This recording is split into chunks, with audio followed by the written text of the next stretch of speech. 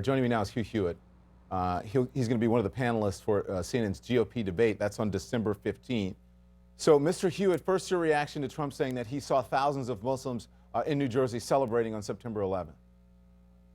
Well, I asked George Pataki today on my show, Don, if he recalls that, and he does not, and no one has yet been able to find any video footage. I was on the air 6 to 7 hours that day. I don't recall it. I do remember jubilant crowds. I think it was in Gaza, but like Mrs. Clinton remembering being under fire in Bosnia or trying to join the Marines. Don't deflect. People remember what they want to remember. Let's discuss this. I am. Oh, I'm talking about memory. You're better I'm talking than about that. memory. You're better than Mrs. that. Clinton remembers being under fire in Bosnia. But what does this have to do with Mrs. Clinton? Ask her about that. We're talking about Donald Trump. It goes to memory.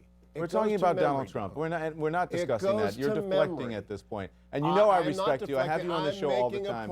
But let's discuss this. I'm making a point. Okay. Here's my point. Go ahead. Today, Glenn Kessler in the Washington Post published a big fact check of Donald Trump. It was originally wrong because there were some reports of at least some people jubilant over the attacks in New Jersey. The fact check by Glenn was wrong. John Hinderaker at Powerline called it out. I don't remember it. No one else can find video of it. But Donald Trump can remember what Donald Trump wants to. Ben Carson walked it back today.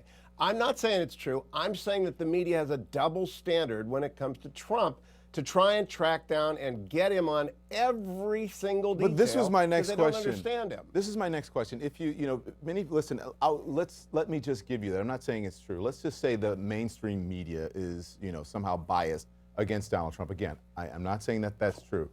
But wouldn't someone be able to produce the video or show some sort of evidence? The fact that no one can show evidence that it doesn't mean that there's some mainstream conspiracy. It's just about the truth. That's it. No, but Don, here's my point. In the last 4 days, 3 Americans have been killed by Islamist terrorists. 1 in France, 1 in Mali, 1 in Israel. The president, by the way, has not bought up Ezra Schwartz.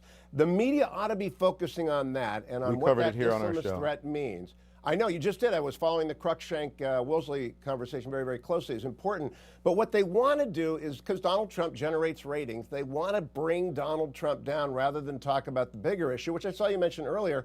He's in Columbus tonight. By the way, I hope he was endorsing the Bucks over the Wolverines this weekend. That would have been wise. But the bigger story is what's he saying about the Islamist threat in the world, not what he remembers, because you can remember something wrong. I don't think it happened. I have seen no evidence that it happened other than the Washington Post account from 2001 that said that it occurred with some people that appeared to be tailgating. It's a convoluted thing, but I don't think it happened. Nevertheless, let's move on and move to the fact that 3 Americans are dead, 180 plus Frenchmen are dead, 500 are wounded, Brussels is locked down, Mali is under attack, Israel's had a series of terrorist attacks, and the media wants to go after Donald Trump on something he remembers? Well, Donald Trump is, listen, Hugh, with all due respect, Donald Trump is running to be the leader of the free world. And what I'm saying here is if Donald Trump brings ratings, as you say, then why would the media want to bring him down? What's in it for the media to bring down someone who brings them big ratings? They just pay attention to whatever he has to say. All I'm asking for is when Hillary Clinton remembers being under sniper fire in Bosnia, or when Hillary Clinton remembers trying to join the Marine Corps, that as much time is spent on her unusual memories as are spent on Donald Trump's unusual memories. Yeah. Because what the media is not doing is applying the same level of scrutiny to Democrats as they are to Republicans. And I just want that to level out, Don. That's just got to level out. I do remember, Hugh, 15th. I covered the last election, the last 2 elections, and this election very closely right here on CNN. And I remember a big deal was made about Hillary Clinton and the helicopter and all of those issues. We covered that ad nauseum. That was part of the last two elections. No, this is fact checkable. Do you think you spent as much time on I don't know that. I covering Hillary on Bosnia? I'm not a fact checker, but I do know that it was covered. So let's move on. Let's move on. Let's talk. Okay. Do you think that this is going, because Donald Trump is at the top of the polls, followed by Ben Carson. Do you think that this is going to affect them negatively at all? It doesn't seem to affect Donald Trump at all. Where was he tonight? He was in Columbus because there's a big Buckeye-Michigan game going on. He has a huge audience in Columbus. The people that support Donald Trump actually gain energy from media attacks on Donald Trump. They don't like it. They believe that it's part of the effort to silence them by silencing Trump. And so it's not going to hurt Donald Trump. I don't know if it grows his numbers either. I see a race right now with the top tier being Trump, Carson, Rubio, and Cruz, and then another tier there with Chris Christie, John Kasich, Jeb Bush, and Carly Fiorina, and then the rest of the gang.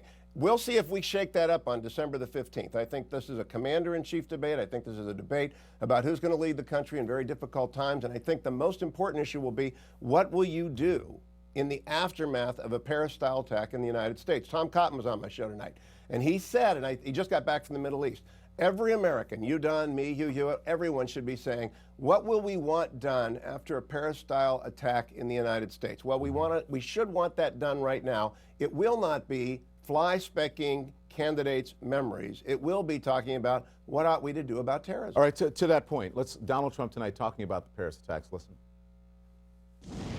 They're calling them all sorts of names, all these beautiful, incredible names. The word I hear more than any other name is mastermind. The mastermind.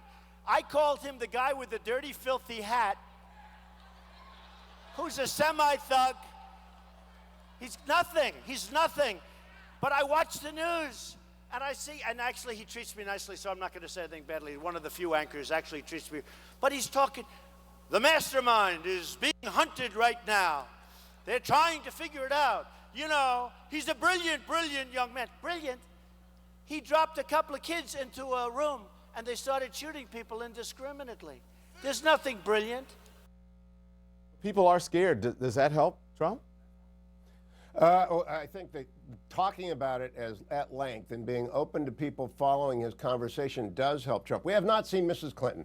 All we've seen the president do is attack Republicans. We have not seen the president try and rally the country to the threat. We have not seen the president call up our Sunni Arab allies and ask them to join a coalition. I've had 12 interviews with Republican candidates since Paris, each one of which more serious and in-depth than anything the president has said about what to do about this threat. They disagree, by the way, about whether or not we have to ally with Putin or not to ally. The president is silent. Mrs. Clinton is hiding. Donald Trump is winning votes because he is talking about it in terms that the average American voter understands. Now, some people will be repulsed by it, obviously. But the important thing is that Republicans are talking about the president's failure. Don, this is a 5-word presidency right now. Leading from behind, JVs, contain. The president has been wrong from day one about this threat. He is wrong tonight. He remains wrong. His policy has failed. And Donald Trump is just the most popular person right now talking about that failure, but all the Republicans are talking about that failure, and it's a failure that Hillary Clinton owns. In fact, I just heard Paul Cruikshank mention Libya. Do you know that Libya is now the second largest ISIS stronghold, and that's Mrs. Clinton's calling card? As he was reeling off, we should be talking about that. As he was reeling off all those areas that ISIS was gaining a stronghold, it did make me a little bit nervous. But I have to say, you know what? People can learn a lot from you because you stay on message. But this is the way you have a discussion or a disagreement. I appreciate the conversation, Hugh Hewitt. Thank you for coming on. As I always do with you, Don. Thank you.